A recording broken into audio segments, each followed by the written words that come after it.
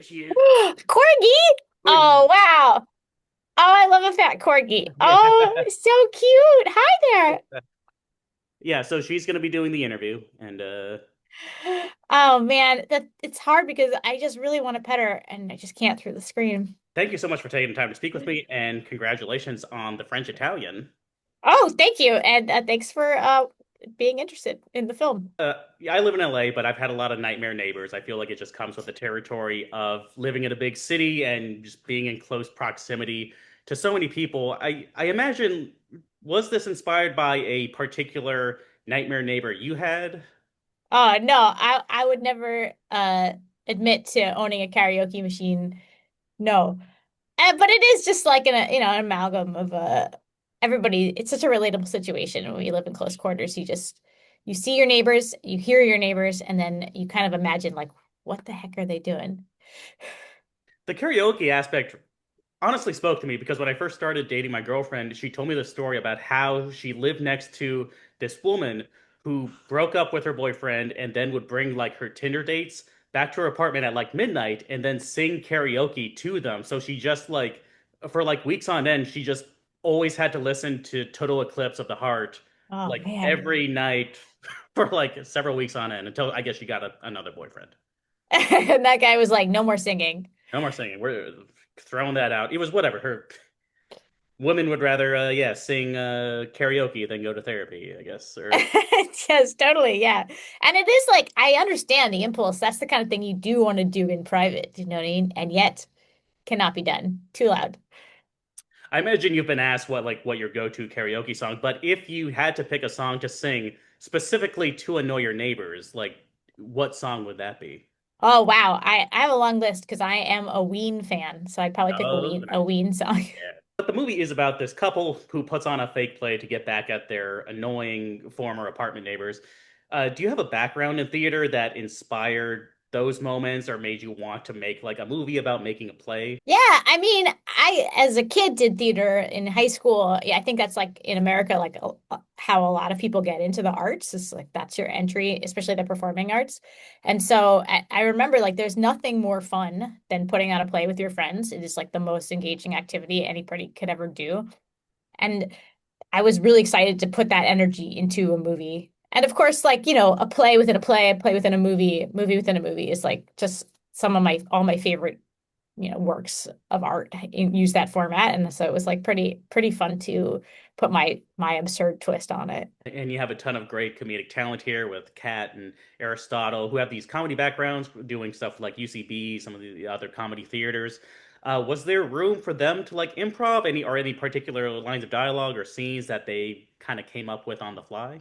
Oh yeah, totally. Pretty much everybody in the film has a deep improv and comedy background. The bench goes deep, with the exception of Chloe Cherry, who is a very funny person and really held her own, even though she doesn't have like the many years of experience that some of the other people have.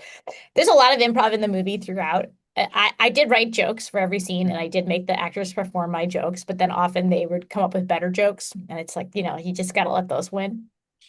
And then the main part that's improvised is the play at the end that Aiku Fomadu does. Like I really had meant to write a play and I just ran out of time. And so I called him up the day before and I was like, you're just gonna have to riff.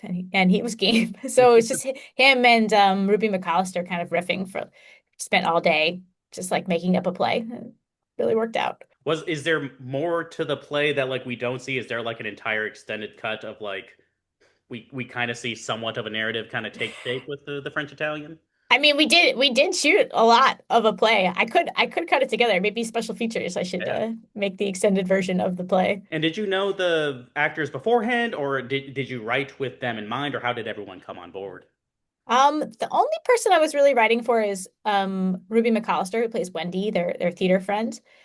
And everybody else was either someone I had seen on stage or kind of, knew. We had a friend of a friend. A couple of people were people I had worked with before on previous films. But yeah, I was writing this movie, something I could shoot in New York that would tap into the comedy community that I am a part of. And so I knew that I was going to be able to pull all these exciting, talented people to do these scenes. And how important do you think spite is to the creative process, since the movie just follows these people just like actually I mean they make a play out of like but it's for like these entire like self-centered reasons. Like have you ever personally like been like inspired like I'm gonna show you, I'm gonna like make this thing?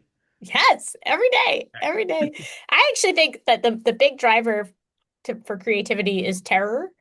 That I just like I every day I feel terror that my life is going to come to nothing and no it's going to like have no impact on the world and then I'm like, oh shit, I better write today so that I can at least try to have an impact. You took it to Tribeca last year, I believe, and then now it's coming out on VOD. What's it been like, kind of like this year long sort of rollout of like seeing different audiences react to your movie?